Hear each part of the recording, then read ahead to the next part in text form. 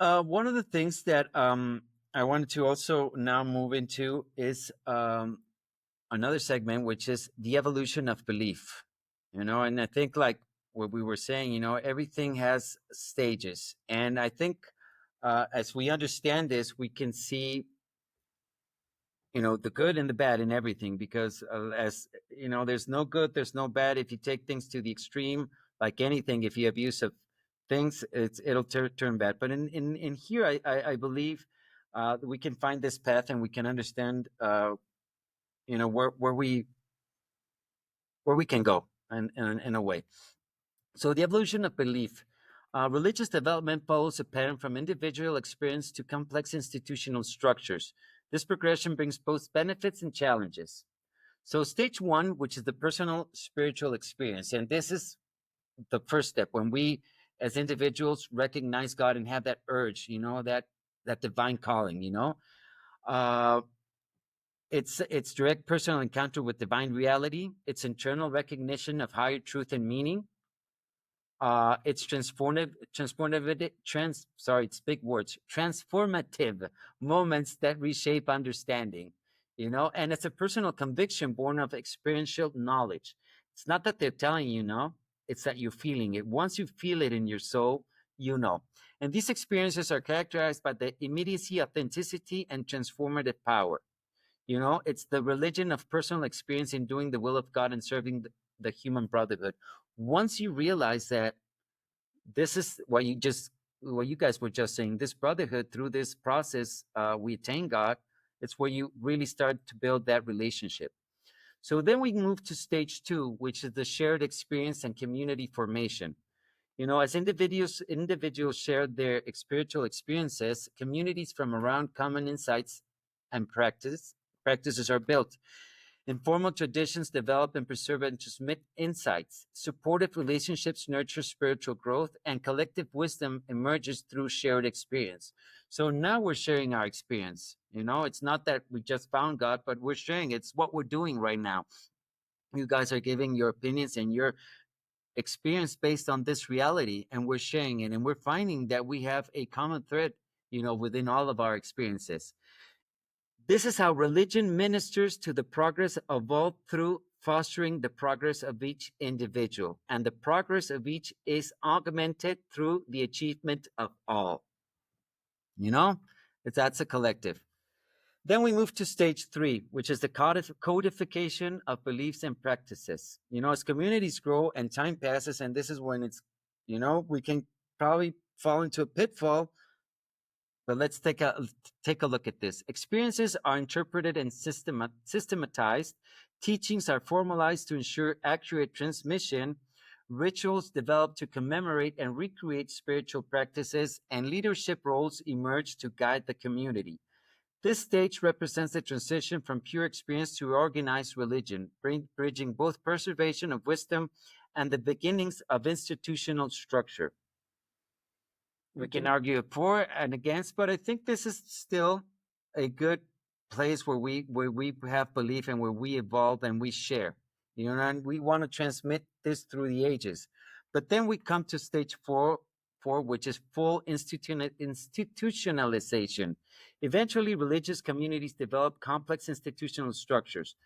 They have formal hierarchies with specialized roles, elaborate theological systems, codified rules and practices, cultural and political entanglements, and expansion through missionary efforts. And the caution here, like I said, nothing is good, nothing is bad. It just, to the extreme that we take it.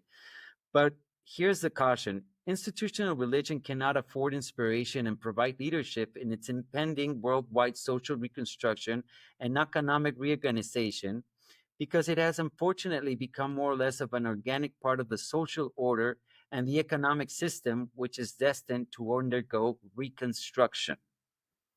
So let's think about this. It's what we're saying, similar to evolved and revealed religion. We have, if we evolved through the religion, where we spent it, or we reached the top of that evolution, and then revealed religion comes. And in a sense, this is what happens when we take belief from our personal to our community, in a communal way, and then end up in an institutional and probably taking the heart out of it, making a structure, making dogmas, making, making it harder for the individual to probably let that divine within, that spark, shine through. Yeah, there's a lot of meat on these bones for sure.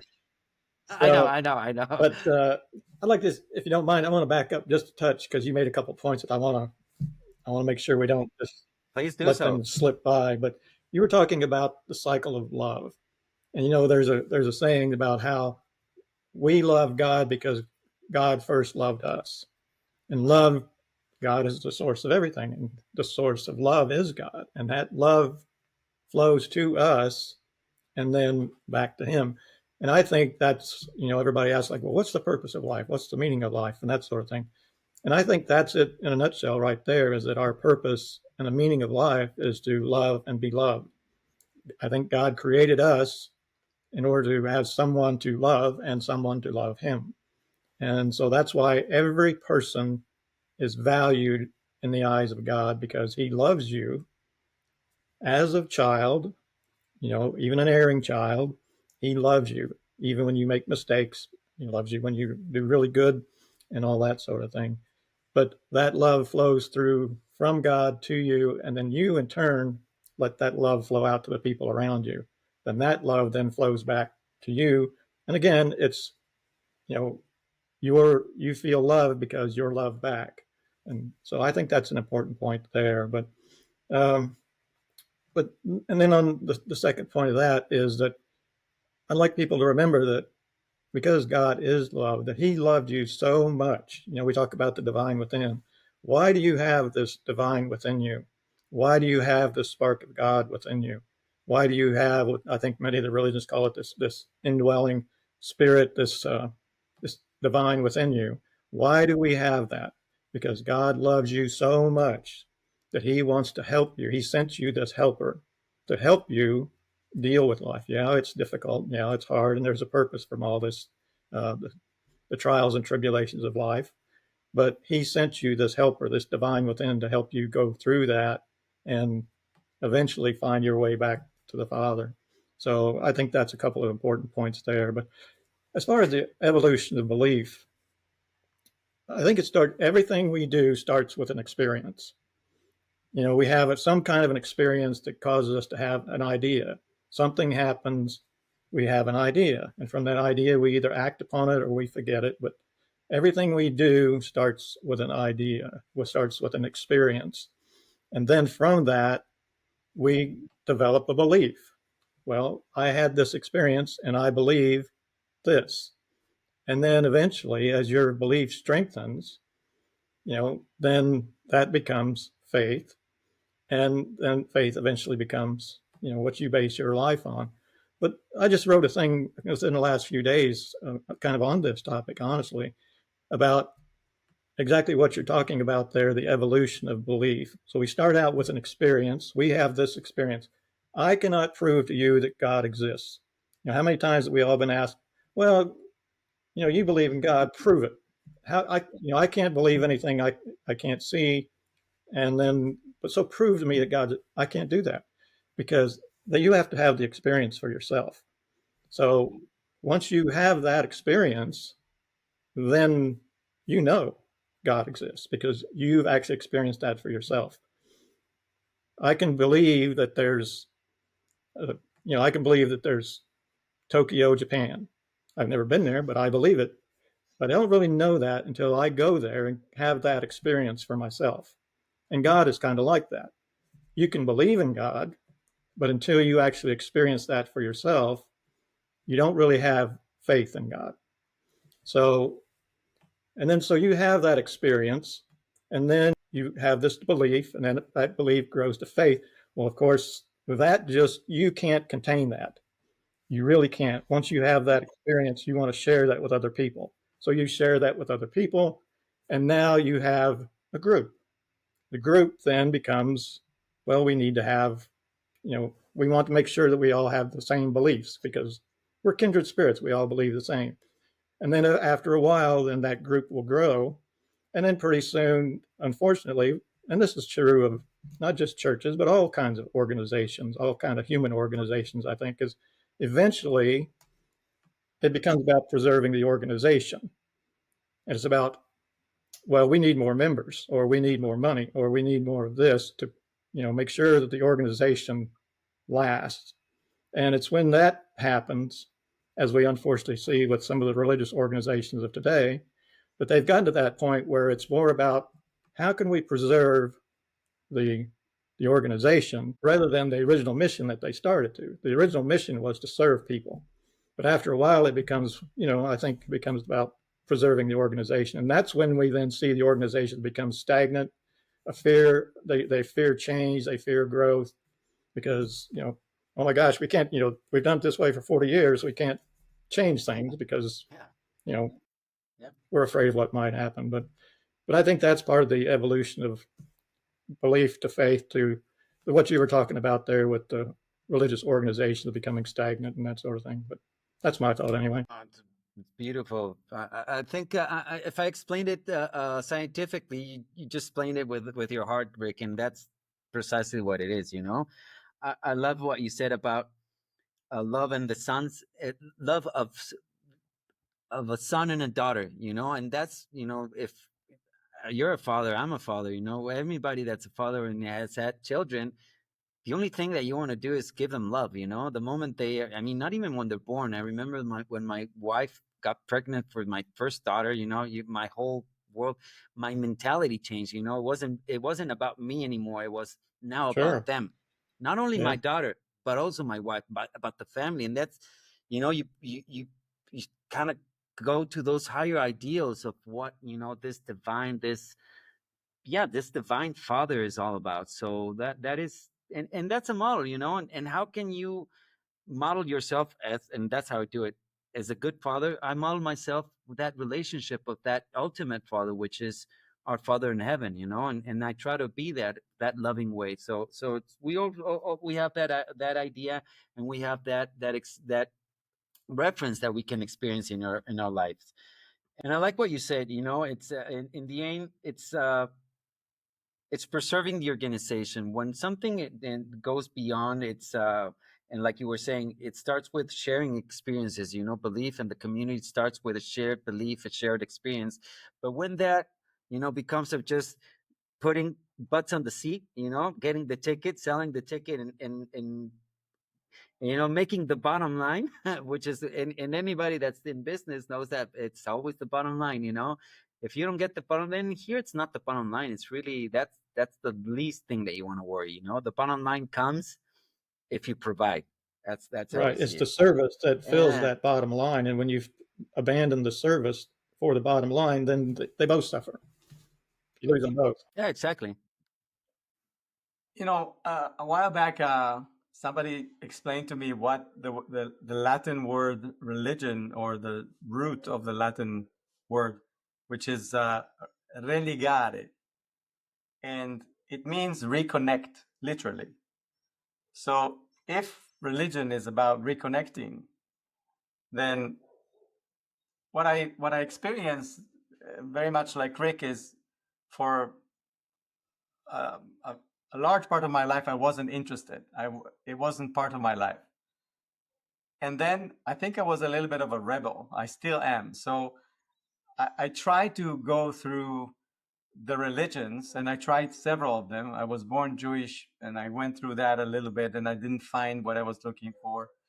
And then I went through yoga and Buddhism and Hinduism, and I found some things, but I wasn't really happy. So it was like a progression of how do I connect when I understood. And I think,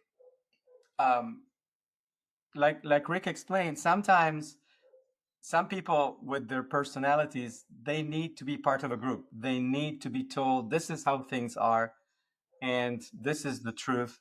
And then they buy into that, and they're not strong enough, and it's okay to question. And sometimes questioning is not really allowed.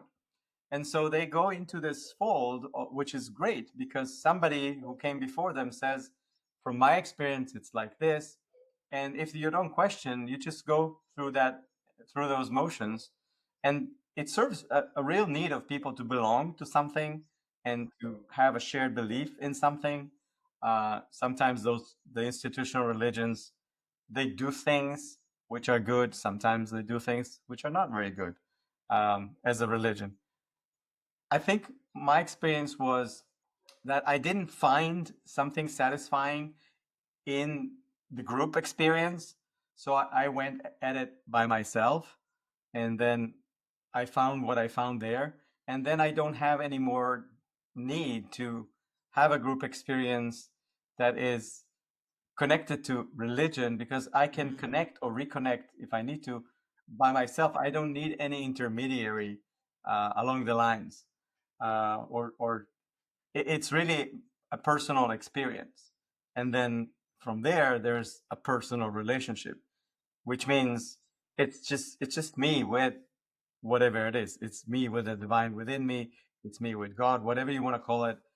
But it's very, very personal. And so it really is beginning and ending in an experience, um, which means it always changes, and it's progressing. It's never the same. It's not static. It's very dynamic. And that's also very exciting, because whatever was yesterday true may not be true tomorrow. I will find something new, another expression of this truth for me. And the other side of personal means, just like Rick said, I cannot prove anything to another person, but I can say, this is my experience.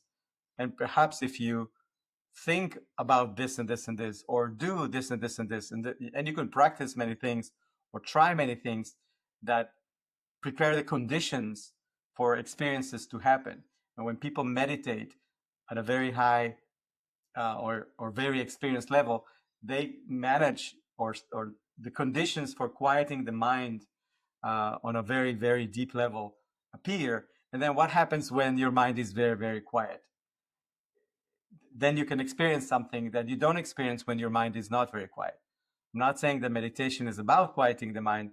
Meditation is what happens when the mind is quiet. But you have to practice something to allow yourself to get to that point. And I'll just finish by just telling a story. I'm not saying this is good or bad, but there is one particular hallucinogenic that is called 5-MeO-DMT. And this is called the God molecule for whatever reason. I Because know when it. you inhale that, your basically your ego just disappears for about 40 minutes. And then when people experience what is left after their ego goes away to sleep for a while, this is very powerful for people who are about to die, people who have PTSD, because all of a sudden they realize truths that before that were not possible. So all of those things are experiences at the end, and there's nothing that can replace it. And I can speak about it, and people did speak to me, but until I actually experienced it, it was just a story that somebody else tells. It's experiencing that gives you that insight. I mean, I think you just nailed it. And you can, like you were saying, there's people that feel comfort in the community and find that in the previous experience or in the experience of others, they kind of find a guide or a map, and that can serve for them. But I'm more like you. It was more of a personal discovery. And like you said, once you find God on your own, you come to the community, and you're not imposing, or you're not finding, you're sharing. And that's what's really beautiful. It's and I've always seen that, little pieces of of glass that create this beautiful mosaic. If we just want to conform and have one color, one structure, it's just going to be one color. But if we bring all these little fragments of all our little colors, and it's like when you make those pictures of that come out from little photographs, and then you come out and you see the whole picture. I think that's how you share. It's all these people and everything sharing. So thank you guys for sharing about this. And just to um, close this segment, which is the paradox of institutionalization, which is it has some tension. That's the benefits, which is the preservation of teachings across generations, the stability and cultural continuity. There's resources for education and service, and community support system. But the challenge is from this institutionalization are rigidity and resistance to new truth, authority structures that may impede direct divine communion, focus on maintenance rather than spiritual growth, and the potential for political entanglement. How many times are we seeing, wars and not only wars, but empires and things just created through religion? And, I think that we're in a very important time where institutional religion is now caught in the stalemate of a vicious cycle. It cannot reconstruct society without first reconstructing itself. And being so much an integral part of the established order, it cannot reconstruct itself until society has been radically reconstructed. A little bit of wisdom there to think about, all right? So now we're going to move to the central role of personal religion. And Ian, anytime that you think there's an insight that we should, you want to comment, that you want to bring forth from the tutor, tell us about it. Just jump in and go right ahead, all right? Okay. All right, so nothing for the moment. So I'll move to the next segment. Oh, yeah, go ahead. Well, people were sharing personal experiences, so I didn't really look at the tutor at all for that. But, something that did occur to me was that organized religions serve a great purpose for a lot of people, but humans are so complex that it doesn't fit everybody, right? And a lot of the people who aren't attracted to religion are like Gabriel mentioned, I'm similar. I want a personal thing. I don't want a public thing. And some people do, and that works for them, but it doesn't work for me. And it is very personal. It is private. It is something that you might want to share your experiences, but it's not something that everybody wants to do in a big room. And I totally understand that. And people who would be interested in something like this may also, maybe that's what they're missing is that personal, non-shared connection that you just can't always get.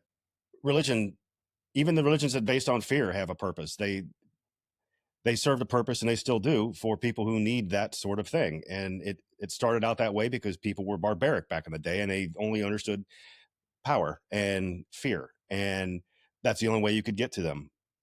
When people are evolving past that, some haven't. They still need that, but people are evolving past a lot of things that we used to do. So